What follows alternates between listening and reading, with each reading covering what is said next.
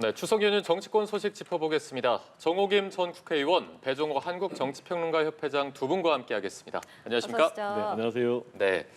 자, 연휴가 시작이 됐고 연휴에는 항상 밥상머리 화두에 어떤 게 올라갈지가 관심인데 이번에는 단연 좀 의료계 얘기가 올라올 것입니다.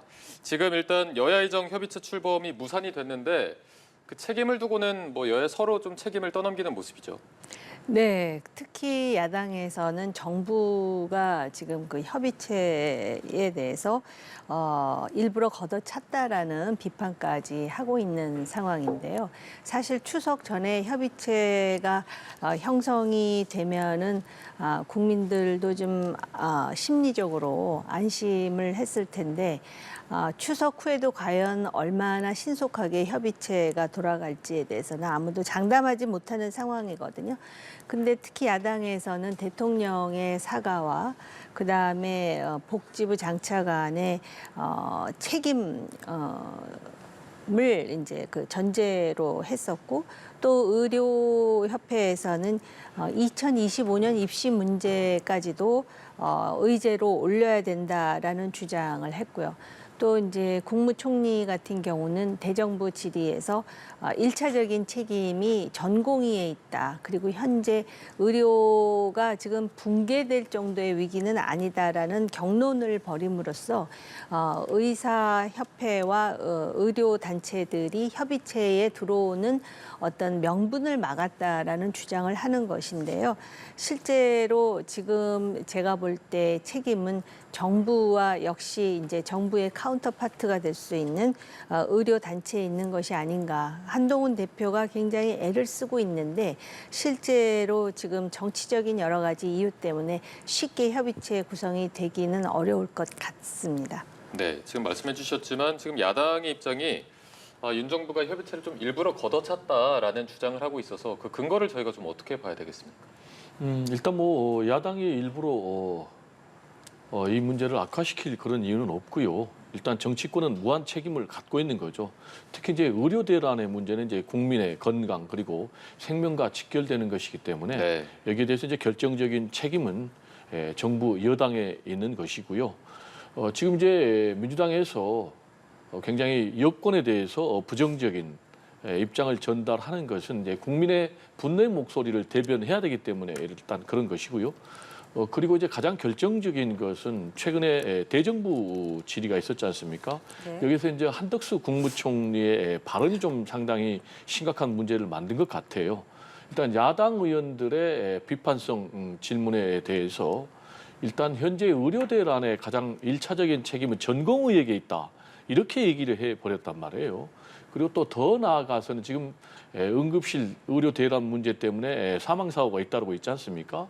근데 이걸 또 가짜 뉴스라면서 굉장히 격앙된 목소리로 총리가 반발을 하니까 여기에 대해서 이제 의료계에서 더 크게 분노하고 그러면서 이제 여야 의정 이 사자 협의체에 참석을 안 하겠다라는 그런 입장을 이제 굉장히 굳건하게 해버렸단 말이에요.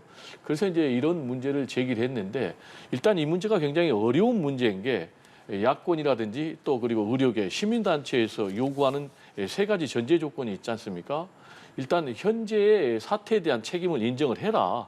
그리고 윤석열 대통령이 사과를 해라라는 것 아니겠습니까? 그리고 두 번째로는 이제 여기에 대한 책임자, 그러니까 장관이라든지 차관에 대해서 문책 또는 뭐 경질하라는 것 아니겠습니까? 그리고 이제 세 번째와 관련해서 지금 2025년 의대 정원 문제까지 논의를 하라고 그러는데 여기에 대해서 지금 대통령실에서는 절대 양보할 수 없다라고 얘기를 하고 있고 반면에 또 한동훈 대표 같은 경우는 이 문제도 지금 논의를 하자 그러면서 당정 간에 일치된 목소리를 내지 못하고 있거든요. 그러면서 이제 의료계에 불신의 메시지를 던지고 있는데 이 문제를 지금 어떻게 할 거냐. 이제 이게 실마리가 될 텐데 저는 가장 첫 번째 실마리를 푸는 길은 윤석열 대통령의 태도 변화다. 이렇게 좀 정리할 수 있겠습니다. 네. 일단 추석 전에 협의체를 구성한다라는 이 1차 목표에는 실패를 했기 때문에 국민의힘에서는 이제 다음 스텝으로 맨투맨 설득을 할 것으로 지금 알려지고 있는데 이것이 이제 연휴 기간에 한동훈 대표와 당 지도부가 의료계 인사와 또 1대1로 만나는 그런 설득 방법으로 지금 알려지고 있습니다. 글쎄요, 좀 연휴 사이에 우리가 반길 만한 어떤 소식들이 좀 접해질 수 있을까요? 어떻게 예상하세요? 한동훈 대표로서는 지금 말씀하신 대로 반길만한 그런 소식을 도출해야만 하는 정치적인 그런 과제가 이제 생긴 것이고요. 지금 야당은 민의를 대변한다 이렇게 이제 교수님 말씀을 하셨는데 그 부분도 있겠으나 지금 야당 일각에서는 이 여야 의정 협의체가 출범을 하게 되면 모든 공은 한동훈 대표에게 돌아가는 것 아니냐라는 볼멘 소리가 협의체가 지금 출범하기 전부터 나오고 있다라는 것이죠. 그러니까 한동훈 대표로서는 야당도 그렇게 협조적이지 않고 또 지금 한동훈 대표가 아무리 약속을 한들 실제로 책임자에 대한 교체라든지 또는 그 2025년 입시를 어떻게 할 것인가 이미 지금 수시와 관련해서는 절차가 지금 이미 기정사실로 진행되고 있는 상황 아닙니까? 그러다 보니까는 단순히 지금 의료계 인사와 1대1로 만나서 설득하는 것 외에도 대통령실과 정부를 설득해야 되고 정부와도 지금 2025년 의대 증원과 관련해서 총리와 경론을 벌였다라는 보도도 나오지 않았습니까? 네. 그렇기 때문에 제가 볼 때 연휴 사이 반길만한 소식이 도출되기는 어렵지만 정치인으로서 그리고 책임 있는 여당의 대표로서 지금 최선을 다하고 있다라는 인식을 심어주는 자체가 굉장히 의미 있지 않을까 생각합니다. 네, 의료계와의 대화뿐만 아니라 정부와의 대화도 좀 필요하다 이런 말씀을 해주셨는데 일단 이 맨투맨 설득 접촉 시한을 정하진 않고 이제 접촉을 한다라는 건데 이것이 과연 실효성이 있겠습니까? 어떻게 좀 보십니까? 시한을 이제 정하지 않겠다라는 그 메시지에 담긴 의미가 답을 내놓기 어렵다라는 것이 아니겠습니까? 당초 1차 목표는 여야 의정협의체를 추석 연휴 전에 띄운다.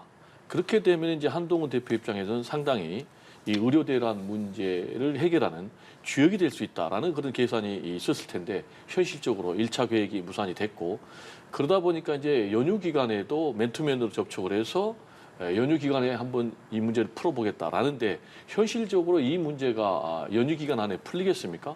그건 이제 불가능하다고 보고요.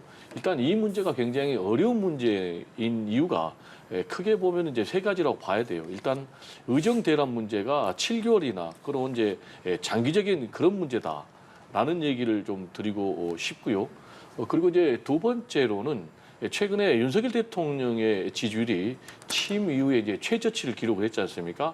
20%. 그리고 또 국민의힘 정당 지지율도 28%로 최저치를 기록을 했거든요.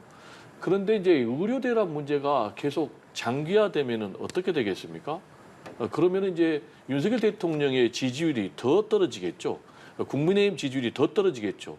그렇게 되면 이제 세 번째로 의료계에서는 우리가 더 주도권을 질 수 있다라는 이제 그런 판단에 따라서 여야 의정협의체에 참여하는 것을 더 미룰 거란 말이에요. 그렇게 되면 이제 여야 의정협의체가 뭐 추석 연휴 기간에는 절대 불가능하고 추석 연휴가 끝난 그런 상황에서도 쉽게 해결이 되지 않을 거예요. 그런데 지금 그런 상황에서 문제는 지금 어떻게 되고 있습니까? 뭐 응급실 대란은 굉장히 심화되고 있는 그런 상황 아니겠습니까? 지금 뭐 응급 연락을 받고 1시간 넘은 뒤에야 조치를 할 수 있는 그런 사건의 비중이 지금 20%가 넘게 늘어났다는 것 아니겠습니까? 그런 와중에 뭐 영유아가 숨졌다라는 그런 논란의 기사도 있고 또 70대가 숨졌다라는 그런 기사도 있는데 그러면 이제 우리 평론하는 사람 입장에서 도대체 그러면은 앞으로 얼마나 더 많은 국민들이 고통을 받아야 되느냐라는 얘기를 하지 않을 수가 없어요. 그래서 이 문제에 대해서 무슨 원칙론만을 얘기할 수는 없다. 너무나 일방적으로 지금 추진한 문제 아니겠습니까? 그래서 좀 원점에서 고민할 필요가 있고 그리고 의료계에서도 이걸 힘만을 내세워서 자신들의 입장을 관철해서는 안 된다라는 얘기도 좀 더불어 강조하고 싶습니다. 네, 알겠습니다.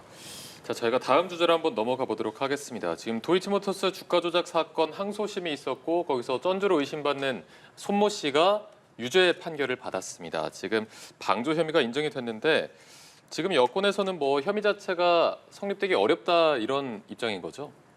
예, 그러니까는 지금 그 유죄가 인정된 전주 손모 씨의 경우와 김건희 여사와의 경우는 전혀 다르다. 그래서 실제로 처벌 근거가 없다라는 것이 여권의 입장이거든요. 국민의힘도 그렇고요. 그런데 또 돌이켜 보면 그 전주가 1심에서는 무죄를 받았었거든요. 네네. 그때는 전주 손모 씨도 무죄인 만큼 김건희 여사도 무죄라는 논리를 들이댔었어요. 그렇기 때문에 지금 여권에서 어떤 목소리를 내면서 이것을 보호하고 대변하느냐의 문제보다 그럼 대중들은 어떻게 인식하느냐에 좀 초점을 바꿔 맞춰야 될 것 같고요. 또 민주당은 뭐라고 얘기하냐면은 도이치모터스 전주 중에 그 중요한 손모 씨가 유죄인 만큼 김 여사도 특검을 해야 된다라고 주장을 하는데 네. 이 일이 일어났던 시점이 2009년에서 대충 2012년입니다. 그렇다면은 윤석열 대통령이 대통령 되기도 훨씬 전일 뿐만 아니라 결혼 전 사안이라는 말이죠. 근데 이것을 굳이 지금 특검을 하겠다라는 민주당의 의도는 실제로 지금 대통령의 지지도라든지 여권의 신뢰와 관련해서 가장 약한 고리가 되어버린 김건희 여사 문제를 최대한 쟁점화해서 정치적으로 유리한 고지를 점하겠다라는 그 의도와 계산이 그대로 보이는 것 아니겠습니까? 그렇기 때문에 추석에 지금 메뉴로 김건희 여사가 아마 제일 위에 올라가 있을지도 모르겠습니다. 왜냐하면 이게 지금 도이치모터스 주가 조작 문제만 있는 것이 아니라 이전에 뭐 명품 백이라든지 또는 최근에 그 마포대교 순시에 대해서도 얼마나 뭐 여러 가지로 논란이 많습니까? 그런데다 또 총선에 공천에 개입했다라는 의혹이 지금 증거 없이 불거져 있는 상황 아니겠습니까?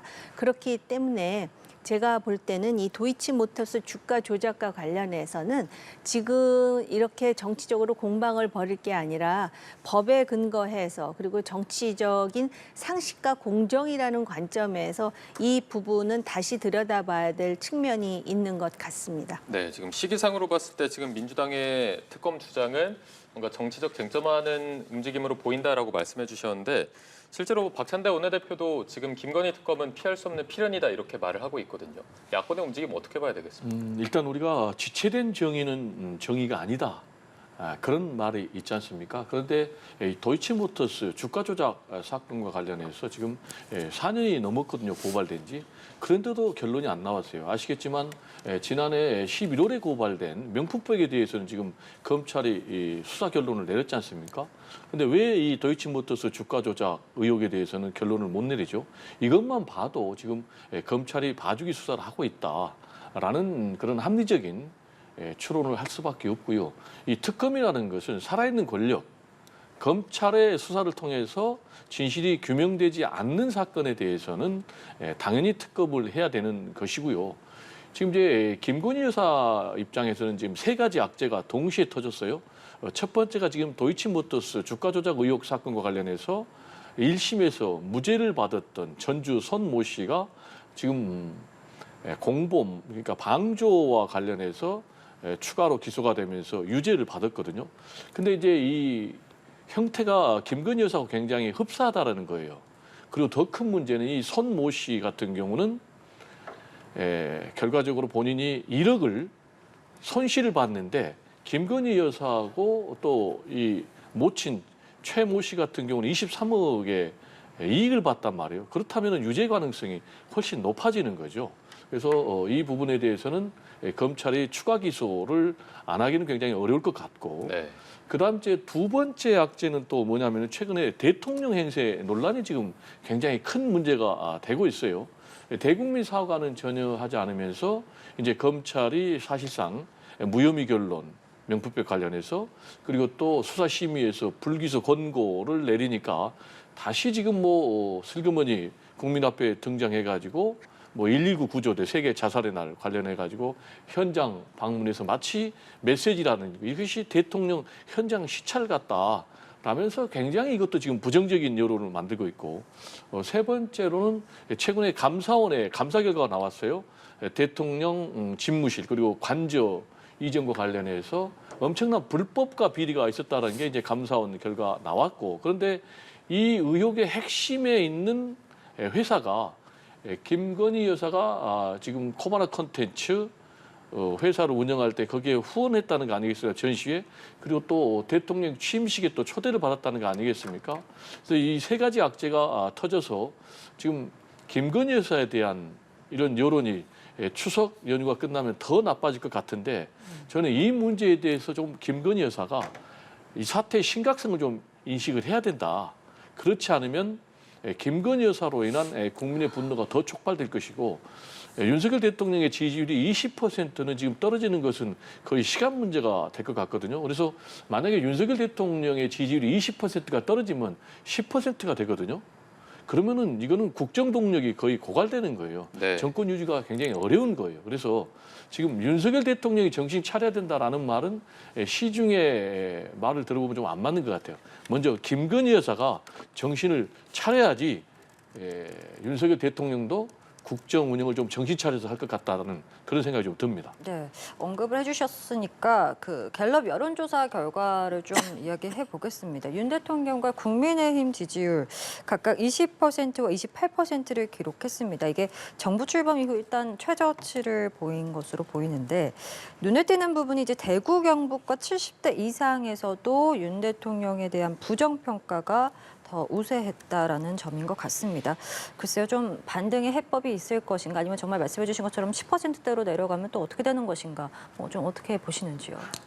배 교수님 지적하셨듯이 지금 위기인 것은 맞습니다. 이게 지금 대통령 중심제이기 때문에 지금 버티고 있는 것이지 만약에 내각 책임제라면은 이미 내각 총사퇴 국회 해산 뭐 이렇게 나올 수 있는 수치이거든요.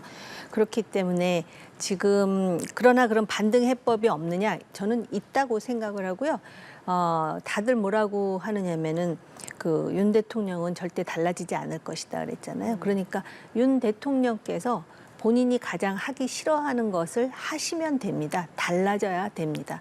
그러니까는 뭐 달라질 수 없다면 달라지는 신용이라도 지금 하지 않으면 이 상황을 반전시키기 어려운 상황인데 그 여론조사의 내용을 보니까 지금 의정 갈등과 관련해서 부정적 인식이 가장 많이 팽배했고 사실 국민들은 의대 증원을 해야 된다라는 원론적 입장은 수긍합니다. 그런데 그것을 진척시키는 과정에서 이렇게 국민들의 고통을 가중시키는 방법론에 대해서 지금 지적하고 있는 것이거든요.